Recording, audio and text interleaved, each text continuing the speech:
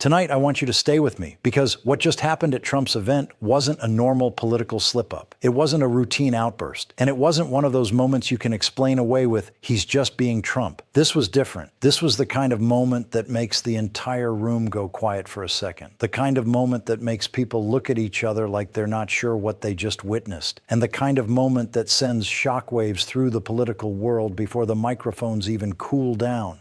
Donald Trump, in front of a live crowd, reportedly admitted he's not okay. And then, almost immediately, he stormed off stage. Not a smooth ending, not a planned exit, not a calm walk to the side. A storm off, a sudden dramatic, abrupt shutdown of the event energy. And the reason this is such a big deal isn't just the words he used, it's what the words represent. Because in politics, candidates spend their entire lives projecting strength. They rehearse it, they build it, they protect it, they sell it like a product. And when a candidate, especially one whose entire brand is dominance, says something that sounds like a confession of weakness, then leaves the stage like he can't stay in the moment, that becomes more than a headline. That becomes a question, a dangerous question, the kind of question that follows a campaign everywhere. What is happening behind the scenes? What kind of pressure is building? And how much of this can the public expect to see between now and Election Day? Now, before we go any further, I want to make one thing clear. This isn't about mocking anyone, and it's not about taking mental health lightly. This is about leadership under pressure, and whether the person asking for the most powerful job in the world can keep control when the lights are bright, the stakes are high, and the country is watching. Because the presidency isn't just a title, it's a pressure test. It's a constant test. And if the pressure is already showing cracks on the campaign trail, then voters, especially undecided voters, are going to start paying attention in a way that can change everything. This is why this moment is spreading so fast. It's why people are replaying it. It's why political insiders are whispering about it. And it's why both parties are reacting like this isn't just another day in American politics. Because when a crowd witnesses a candidate admit he's not okay and then abruptly storms off stage, the story stops being about policy. It becomes about stability. It becomes about control. And in modern politics, those are the issues that can destroy a campaign overnight. Here's what makes this moment so powerful. Trump has always sold himself as the man who never breaks.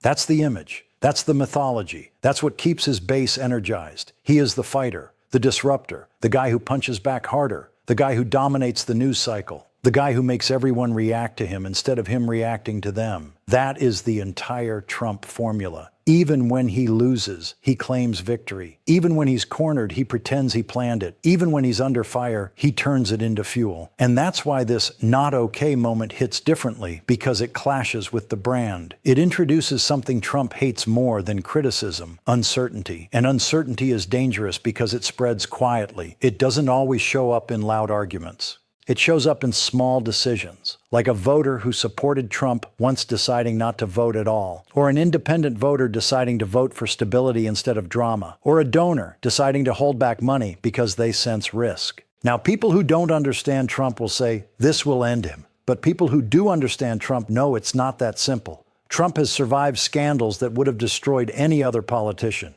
He has survived legal chaos, public controversy, endless criticism, and nonstop attacks. He survives because his base is not just supportive, they are emotionally invested. For many of them, Trump is not just a politician, he's an identity, he's a symbol. And symbols don't fall easily, but even symbols can crack when the image becomes unstable. And that's why the storm off matters as much as the words, because the storm off is visual, the storm off is emotional, the storm off looks like a loss of control. And in politics, visuals hit harder than explanations. You can write 1,000 paragraphs defending what happened, but one image of a candidate storming off stage after admitting he's not okay will beat every defense in the world. It plants a feeling, and feelings are what decide elections. Now let's talk about what could have triggered this moment, because it's not random. Campaign events are tightly controlled environments. The crowd is selected, the stage is planned, the staff is watching everything, the cameras are positioned, the message is designed to land.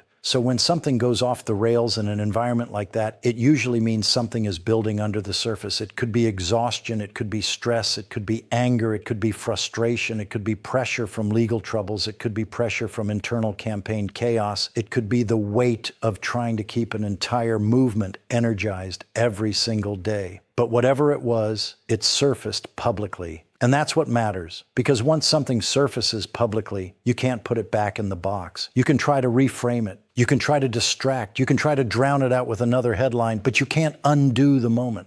And make no mistake, Trump's team will try to drown it out. They will move fast. They will push new clips. They will push new talking points. They will flood the media with counter stories. They will accuse the press of lying. They will say the crowd loved him. They will say it was taken out of context. They will say it was fake news. They will do what they always do, attack the messenger so people stop looking at the message. And in many cases, that strategy works. But the problem this time is that the story isn't just what the media said. The story is what people saw. The story is the behavior. The story is the storm off. And when the story is behavior, spin becomes harder, because behavior is harder to explain away than a quote. Democrats, meanwhile, are going to treat this moment like a political gift, but they'll handle it carefully. They know mental health is a sensitive topic, and they don't want to look cruel, so they won't necessarily mock him directly. Instead, they'll do something far more effective. They'll frame it as a stability issue. They'll say the country can't handle chaos. They'll say the presidency requires calm. They'll say leadership requires control. And they'll let the public connect the dots, because the most powerful persuasion is the kind that feels like the viewer reached the conclusion on their own. Democrats will replay the moment. They'll let commentators analyze it. They'll ask questions, and they'll keep the conversation alive long enough for it to settle into the public's mind as part of a pattern. And once the public starts seeing a pattern, the damage becomes long-term. But here's where the real battle begins, and this is what most people miss.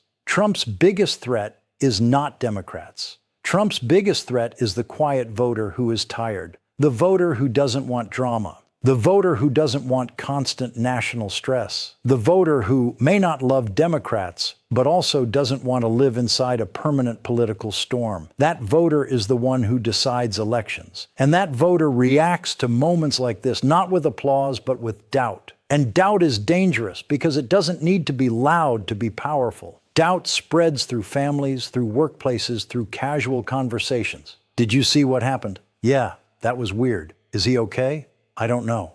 Those are the conversations that change history, not the screaming matches online, the quiet conversations. And that's why this moment could become a turning point, not because it will instantly destroy Trump's base, but because it could slowly weaken the edges of his support and strengthen the argument Democrats have been trying to make for years, that Trump brings chaos, that he thrives on instability, and that the country needs a calmer future. If that argument starts feeling true to more people, Trump has a problem, because Trump's greatest power is the feeling that he is unstoppable. And once unstoppable becomes questionable, the entire political machine begins to wobble. So here's what we know right now. Trump shocked a crowd. He admitted he's not okay, and he stormed off stage. The clip is spreading, the reactions are exploding, and both parties are already preparing their next moves. In part 2, we're going to break down what Trump's campaign will do next to control the damage, how the media cycle will amplify this story, and the 3 major political consequences that could follow if this moment becomes a repeated pattern instead of a one-time incident. Now, here's where this story gets even more intense, because the moment Trump stormed off stage, it didn't end the event. It started the real battle. In fact, the most important part of a political shockwave is never what happens on the stage. It's what happens in the minutes after the cameras stop rolling, when aides rush in, phones start ringing, reporters start calling, donors start asking questions, and the campaign's entire survival instinct kicks in. And that's exactly what you're watching right now, a political machine trying to contain a moment that could become a permanent label. Because once a candidate is labeled as unstable, that label sticks like glue. It follows every rally. It follows every interview. It follows every mistake. And Trump's team knows that better than anyone, because Trump has spent years labeling his opponents, and he understands how deadly a label can be when it becomes part of the public's memory. That's why the aftermath of this moment is more dangerous than the moment itself, because Trump's campaign isn't just managing an incident, they're managing a narrative infection. And if they don't stop it quickly, it spreads into everything. So what happens next is not random. It's a strategy. Trump's team will follow a playbook that is as old as his political rise. Deny, distract, attack, replace. First, they will deny the meaning of the moment. They will say Trump didn't mean it. They will say he was joking. They will say it was sarcasm. They will say it was taken out of context. They will say the media edited it. They will say it's fake news. Second, they will distract the public with a new controversy, because Trump's greatest talent is creating noise so people can't focus on what hurts him. Third, they will attack the messengers, the reporters, the outlets, the critics, and the opposition. Because if they can make the public hate the messenger, the message loses power. And finally, they will replace the moment with a new moment, a powerful rally, a confident appearance, a dramatic announcement, a strong visual that makes Trump look dominant again. That is the cycle. It's how Trump survives. But here's the problem this time. The public is not reacting only to words. The public is reacting to behavior. And behavior is harder to spin because when voters watch a candidate storm off stage, it triggers a different kind of reaction. It doesn't feel like politics. It feels like instability. It feels like something snapped. And once voters feel that, it becomes a personal question, not a partisan one. It becomes, is this person okay? And that question spreads far beyond the political bubble. It spreads into households that don't even follow politics closely. It spreads into workplaces. It spreads into family conversations. It spreads into the minds of people who don't like Democrats but also don't want chaos. And that's why Trump's team will fight this story like it's a fire in their own house, because it is.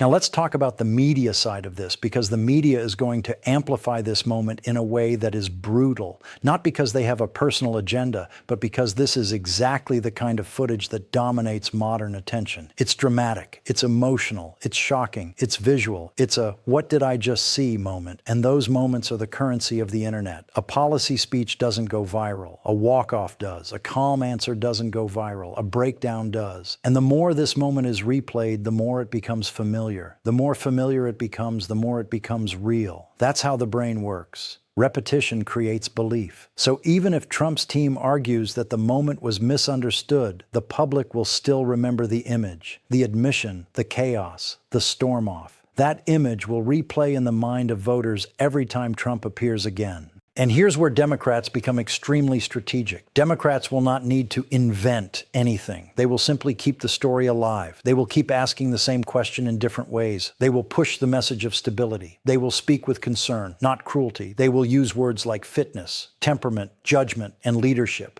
They will highlight the pressure of the presidency and suggest that Trump cannot handle it. They will do this while acting like they are being responsible and calm, because calm is their weapon here. If Trump looks chaotic and Democrats look calm, the contrast becomes the argument. And contrast is more powerful than criticism. But the most dangerous part for Trump is that Democrats don't even have to win the argument with his base. They only have to win it with the middle. And the middle is not emotionally loyal to Trump. The middle is emotionally loyal to stability. The middle wants the country to feel normal again. The middle wants the political temperature to come down. And if Trump's behavior keeps raising the temperature, the middle moves away from him. That's why moments like this matter so much. Not because they flip hardcore supporters, but because they shift the comfort level of everyone else. Now, there is another layer here that makes this story even more explosive. Trump is not just under campaign pressure. He is under personal pressure that no other candidate in modern history has carried in the same way. Trump is facing constant legal battles, nonstop public scrutiny, and an environment where every word he says becomes a headline. That creates a unique psychological burden because Trump cannot simply campaign. He is campaigning while defending his identity, his reputation, and his future. That's a different kind of stress. And when stress builds, it leaks out. Sometimes it leaks out in anger. Sometimes it leaks out in confusion. Sometimes it leaks out in exhaustion. And sometimes it leaks out in a moment like this, where the candidate appears to admit something personal, then abruptly leaves the stage as if the moment became too much to carry.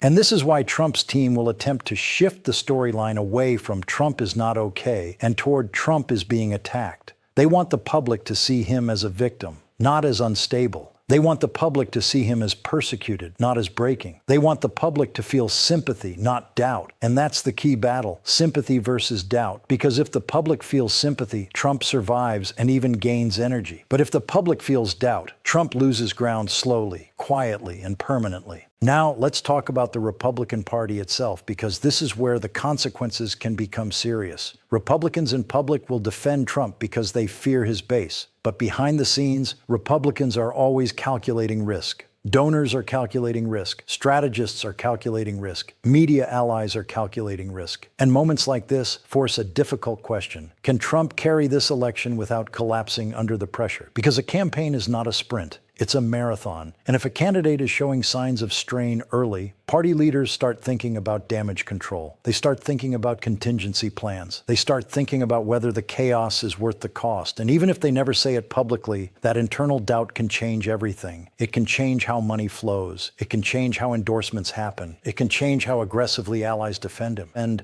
when allies become less aggressive, a candidate becomes more vulnerable. Now, Trump's base will likely respond to this moment with increased loyalty because they will interpret it as proof that he is under attack and stressed. But again, the base is not the full election. The base is loud, but the base is not enough by itself. The middle decides, and the middle reacts to one thing: confidence. Not confidence in the sense of arrogance, but confidence in the sense of stability. When voters see a candidate who looks like he can't finish a speech without storming off stage, they start wondering what happens when the stakes are higher. What happens in a crisis? What happens in an emergency? What happens when a foreign leader challenges America? What happens when the economy shakes? What happens when the world needs calm decisions? Those questions are deadly because they are reasonable. They are not partisan attacks. They are common sense. And here is the biggest risk for Trump. He may try to fix this moment in the worst possible way. He may try to prove strength by becoming louder. He may try to prove dominance by attacking harder. He may try to prove control by escalating conflict. But the more he escalates, the more he feeds the storyline that he is unstable. This is the trap. If he calms down, he risks looking weak to his base. If he escalates, he risks looking unstable to the middle. And that is why this moment is so dangerous. It forces Trump into a political corner where every move has a cost. So what happens next is a race against time. Trump's team will try to bury the clip with new headlines. Democrats will try to keep the clip alive with repetition. The media will replay it because it drives attention. And the public will absorb it and quietly form impressions. And those impressions will matter more than any speech, because voters don't remember every policy. They remember feelings. They remember moments. They remember images. They remember whether a candidate looked in control or out of control. And Trump's greatest weakness is that when he feels pressure, he tends to create more moments instead of fewer. And that leads us to part 3, where we bring everything together and close this story with the most important question of all. Will this moment fade like a temporary viral clip, or will it become the beginning of a pattern that reshapes the entire election narrative? In part 3, we'll cover the likely outcomes, the next steps Trump will take, how Democrats will weaponize the stability argument, and the final impact this could have on the race moving forward.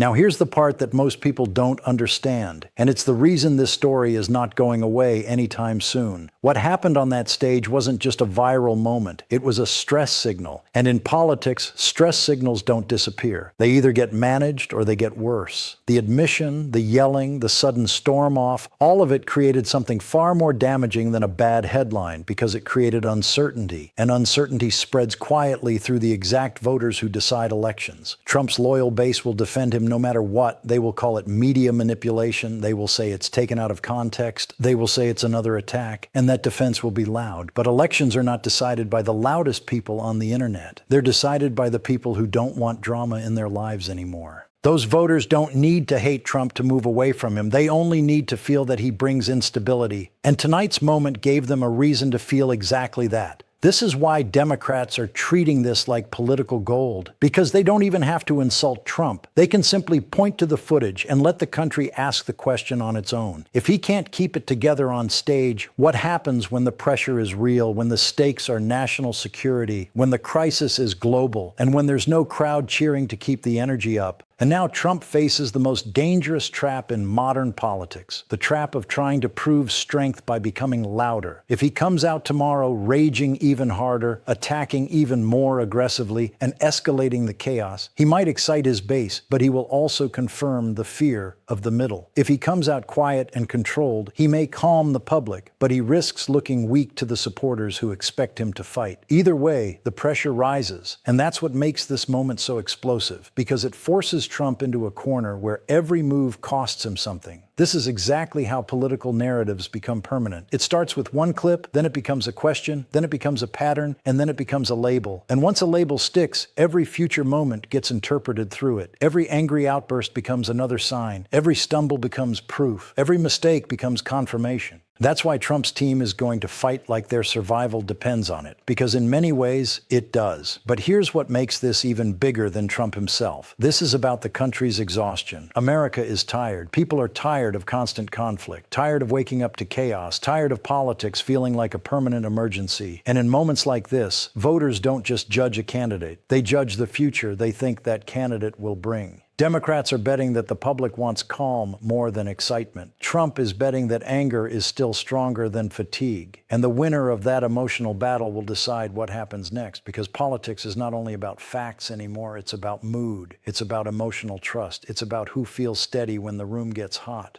Now watch the next few days carefully, because this is where you'll see the real consequences. Watch how Trump's allies react. Do they defend him with confidence, or do they sound cautious? Watch how Republican leaders talk. Do they go all in, or do they avoid the topic? Watch how donors move. Do they double down, or do they hesitate? And most importantly, watch how Trump himself behaves. Because if he keeps creating moments like this, then this story won't fade. It will grow. The public won't remember every argument, but they will remember the feeling that something was off. They will remember the storm off. They will remember the admission. And they will remember the question that followed. Is he okay? So, as we close this out, understand what you're really watching. You're watching the battle between chaos and control. You're watching Democrats try to turn this into a stability argument without looking cruel. You're watching Trump try to drown the story with noise before it becomes permanent. And you're watching the country quietly decide what kind of future it wants. Because at the end of the day, voters don't always choose the loudest candidate. They choose the one who feels safe when things get unpredictable. And tonight, the cameras were rolling, the crowd was watching, the nation was listening, and Trump gave America a moment it won't forget. The only question now is whether this was a one-time crack or the beginning of something that changes everything.